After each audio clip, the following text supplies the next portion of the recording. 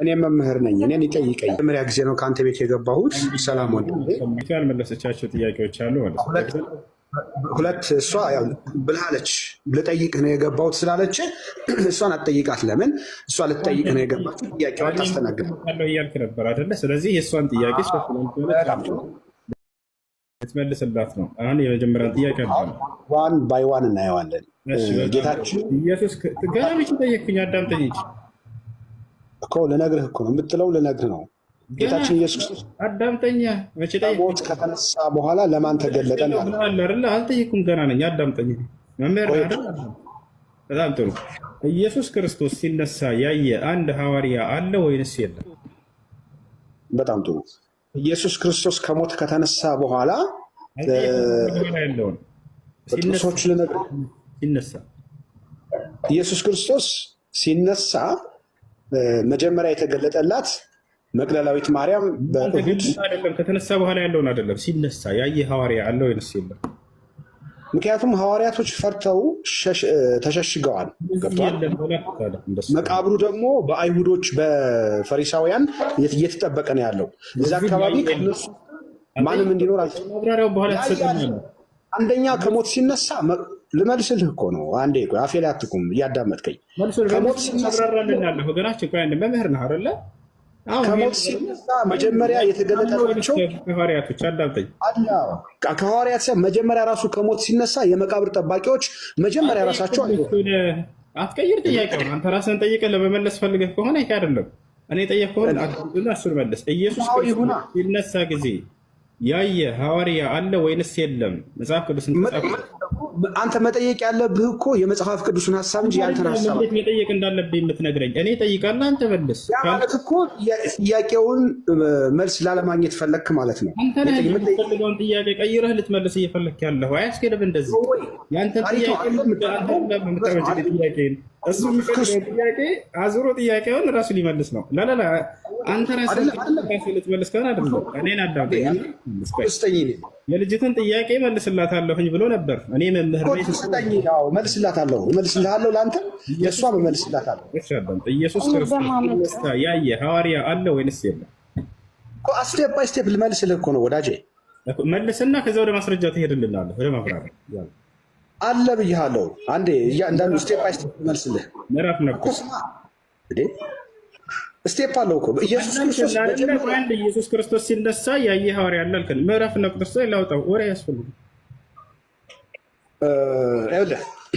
ኢየሱስ ክርስቶስ መጀመሪያ ከሞት ሲነሳ አንተ ለምንድን ነው የምትፈራው? ማለት የትንሣኤውን ጌታ ለምንድን ነው የምትደብቀው? ጥቅስ አምጣ ነው የተባልከው። የቱ ጋ ነው ሲነሳ ያየው? የዮሐንስ ወንጌል ምዕራፍ 8 ቁጥር 10 እስከ 18 መጀመሪያ ታነብልኛለህ። እያንዳንዱን ስቴፕ ባይ ስቴፕ ላሳይ ስለፈለኩ ነው። አቤት። ጥያቄው ምንድን ነው? ኢየሱስ ክርስቶስ ሲነሳ ያየ ሐዋርያ አለ ብለህና ማን ነው ያ ሐዋርያ ያየው ሲነሳ? ወዳጄ አንዴ ስማኝ። ኢየሱስ ክርስቶስ መነሳቱን ሐዋርያቶች መቀበሩን ካወቁ መነሳቱንም በተዘጋበት ቤት እነ ቶማስ ብዙ ነገሮች አሉ፣ መረጃዎች ስቴፕ ባይ ስቴፕ ልሰጥ እኮ ነው። እሱ ራሱ ከዚያ በኋላ ስላለው አይደለ። ይህንማ ልጅቱ ትበልጣለች፣ መልሳለች፣ ቅድም ቀድማለች። በጣም ጥሩ። እሱን ከተቀበልካት አሁን እኔ የምጠይቅህን ጥያቄ አንተ እኮ ራስህ የምቀበላት ጥያቄው እኮ አይደለም የመለሰችው። አንተ እኔ እመልስልሻለሁ ብለህ መጀመሪያ እንደሚያውቅ ሰው ማለት ነው። ሳትሰማኝ ነው የምትጓዘው። መጽሐፍ ቅዱሱን አንብበህ ነው የምትጠይቀኝ ወይስ የራስህን ስሜት ነው የምትጠይቀኝ ነው የምልህ። የራስህ ስሜት ከሆነ አንተ ምን እያደረገ ነው? እኔ ጥያቄ ጠይቀዋለሁ አይደለ? ያ ጥያቄ መልስ እንደሌለው ያውቃል። ከዚያ ሊያደርግ ነው ራሱ ጥያቄውን ቀይሮ ለራሱ ሊመልስ ነው። እንደዚህ አይነት እሱ መጽሐፍ ቅዱስ ላይ የተጻፈውን ጠይቀኝ ነው ያልኩህ። አሁን እኮ አንተ የጠየቀኝ መጽሐፍ ቅዱስ ላይ ያልተጻፈውን ግልጥና ላስተምራችሁ ማለት ነው። ይሄ አይደለም ሙስሊሞች ጥያቄ ጠይቀዋል። መልስ ካለ አይደለም ቁርአን ላይ ያልተጻፈን ጥያቄ ብጠይቅ አንተ ትመልስልኛለህ? ችግር ልትጠይቀኝ ትችላለህ። ያንን በተረት ጠይቃለህ። አብሽር፣ ጊዜ እሰጥሃለሁ። ስለዚህ መጽሐፍ ቅዱስ ላይ የተጻፈውን ጥያቄ እኮ ነው ጠይቀኝ ያልኩህ። ኢየሱስ መጽሐፍ ቅዱስ ላይ እንደሌለ ስለሚያውቅ መጽሐፍ ቅዱስ ላይ የተጻፈ ነገር ጠይቀኛል። እንደዛ አይደለም። መጀመሪያ ወዳጄ ኢየሱስ ክርስቶስ እንደተነሳ መጀመሪያ የመቃብር ጠባቂዎች ናቸው ምስክሮቹ። ይህን ታውቃለህ። ሲነሳ አላዩም አይደለ? እመጣልሃለሁ። ስቴፕ መጀመሪያ እንተማመን። እኔ እናንተ ምን ነክቶ ነው ግን ትንሣኤው እንድልሽፍል ወገናችን? ጥያቄው ምን መጽሐፍ ቅዱስ ተጽፏል። የተጻፈውን እናንብበው። ስሜትህን ሳይሆን መጽሐፍ ተረጋጋ፣ ቀስ በል። ስሜትህን ፍርሃትን አትበል። አንተ እንደፈራህ ነው የሚያሳይ። እንዳለ መረጃ ሳይኖርህ ታወራለህ እንዴ? ልጅቱ ትበልጥሃለች። የምሬ ነው። መምህር ነኝ ታልክ እንጂ መጀመሪያ አለች። ከተነሳ በኋላ ያዩት አካሎች እንዳሉ ይሄን እኮ አለ። ስለሱ አይደለም ጥያቄያችን። በጣም ውሸት ነው። እኔ እንደዚህ በጣም ነጭ ውሸት ስትዋሽ በጣም ተናድጄብሃለሁ። እሱ ለኢየሱስ ሳይሆን ለእስራኤል የተነገረ ነው። አውጣና ውሸትን አጋልጥ። ችግር የለም አብሽር። እኔን መሰረት ትችላለህ በማስረጃ አውጣ። እየተጸደቁ አይደለም፣ ሀቅ ነው ማለት። አሁን አንተ በውሸት እዚህ የሚያምን ሀቅ ነው። አሁን አውጣና አሳየን። ያለ ጎበዝ አውጣው። አንተ ራስህ ያው አንተ ራስህ ማስረጃ አሳየን። ታረላ እንደ ሰው ላይ እንትን እያልክ ያለ አውጣ። እኔ አሁን መጽሐፍ ጠገቤ የለም። አውጣው ነው። እኔ አንብቤዋለሁኝ። መጽሐፉም የማነው እንትን የሚለው ለእስራኤል የተነገረ ነው እንጂ ለኢየሱስ ክርስቶስ የተነገረ አይደለም።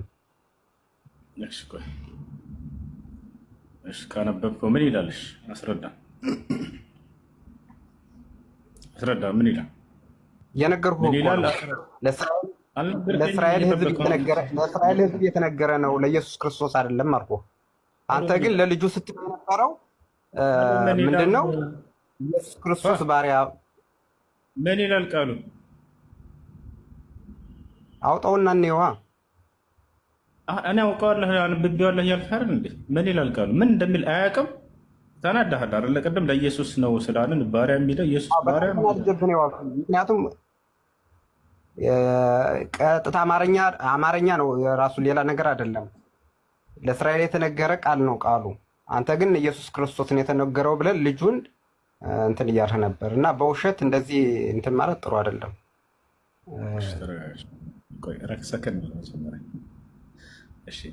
ማቴዎስ ምን ይላል ስለዚያ ጥቅስ? ኢሳያስ ሌላ ውስጥ አትግባ። ኢሳያስ 41ን አውጣና አንበበው። ለእስራኤል ነው የተነገረው፣ ለኢየሱስ ክርስቶስ ነው የተነገረው። አንድ ጊዜ ማቴዎስ ላይ ያን ጥቅስ ኢሳያስ 42:1 ላይ ያለውን ለኢየሱስ አምጥቶታል። ስለ ኢየሱስ የተነገረ ነው ብሎ ምን ትላለህ? ላሳየህ ማስረጃ። እኔ ኢሳያስ ያለውን ብቻ ነው እንድታስረዳ የምፈልገው። እኔ የምጠይቅ እሱ ብቻ ነው። ተረጋጋ። ማቴዎስ እያልከው ነው። ማቴዎስን ትቀበለዋለህ?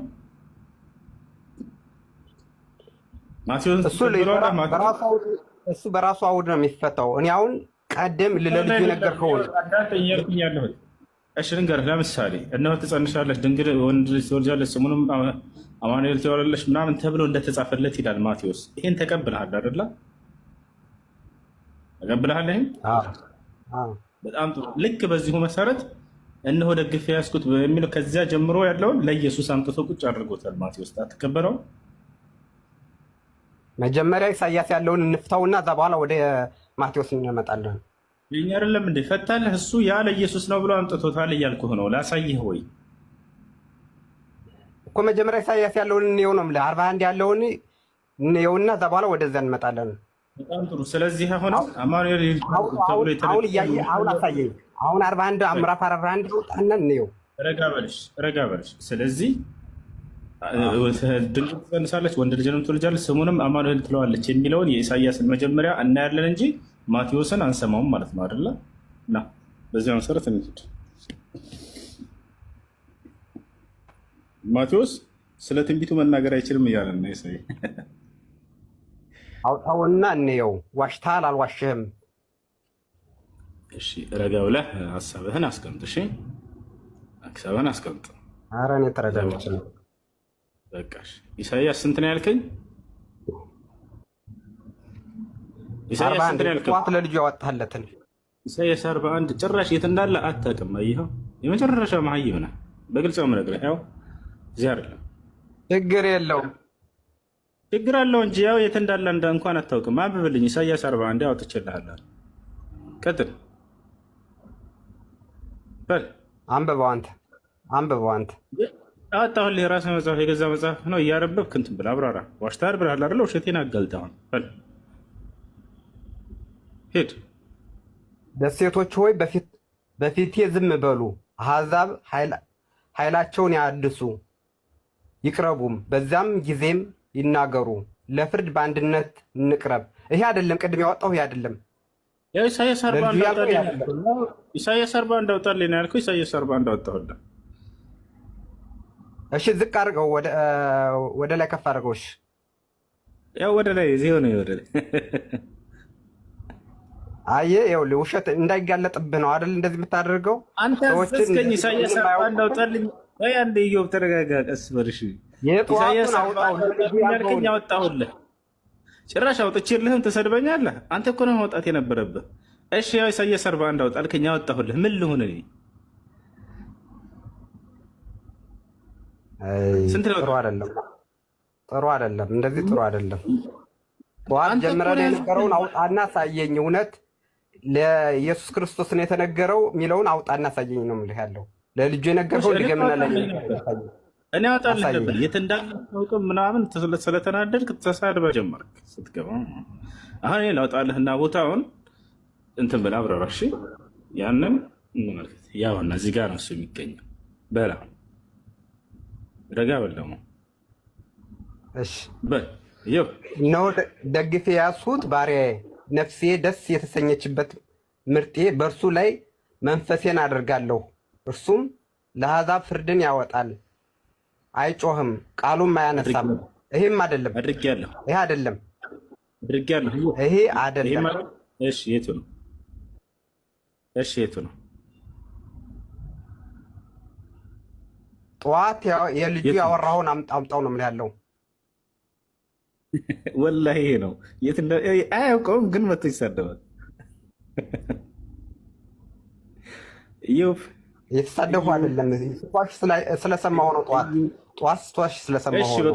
አልተሳደብኩም። በቃ መርቀኸኝ ነው፣ መርቀኸኛል። በቃ ይቅርታ፣ ሰድበኝ አይደለም። አሁን አውጣልኝ አልከኝ፣ አወጣሁልህ።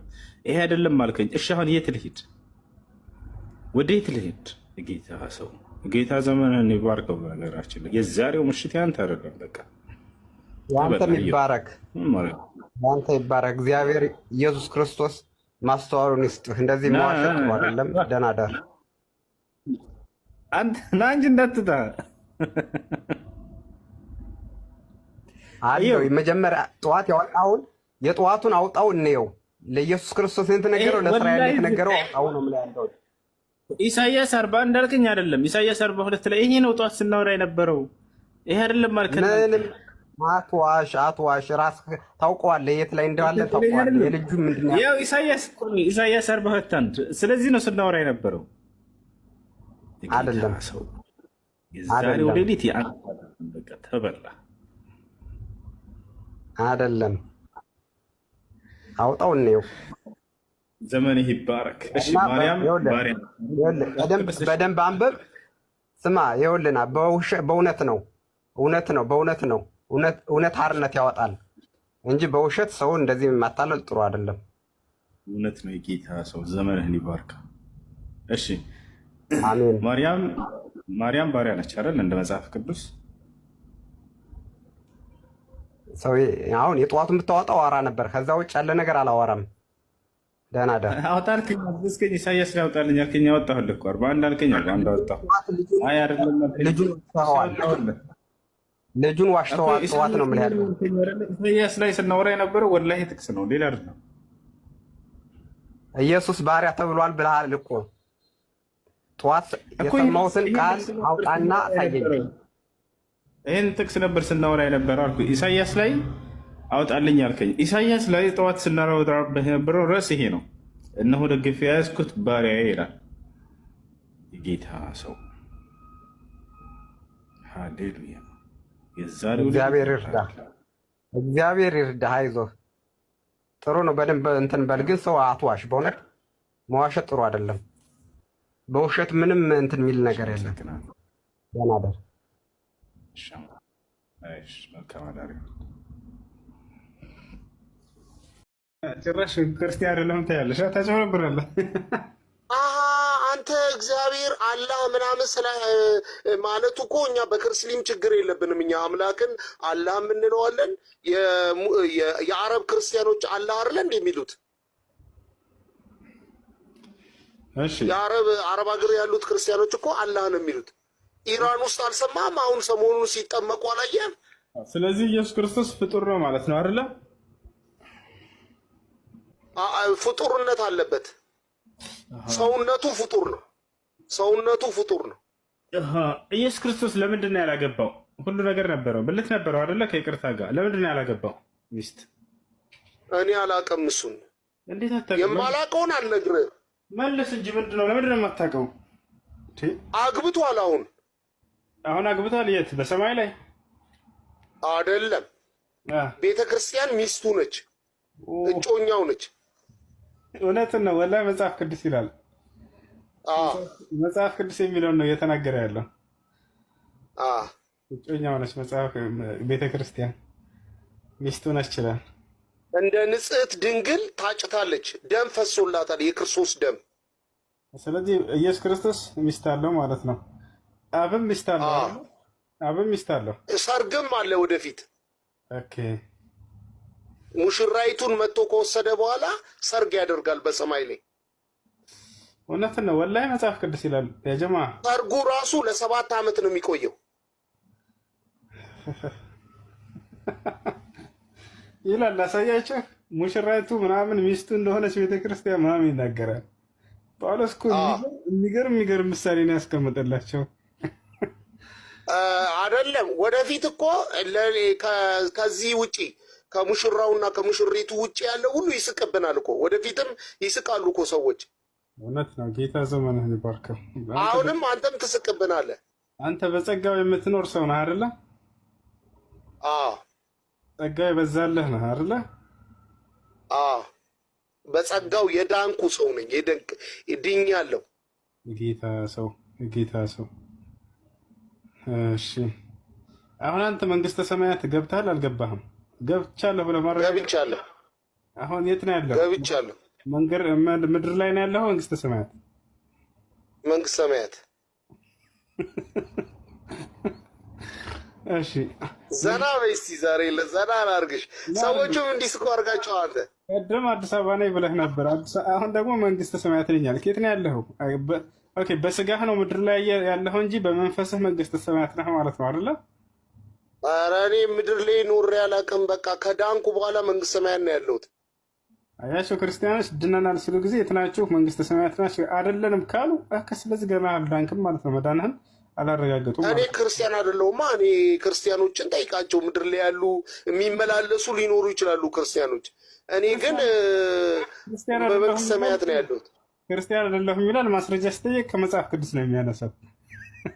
እና መጽሐፍ ቅዱስ የክርስቲያኖች ነው እንዴ? እና የይሁዳዎች ነው። አንተ ታስቃለህ።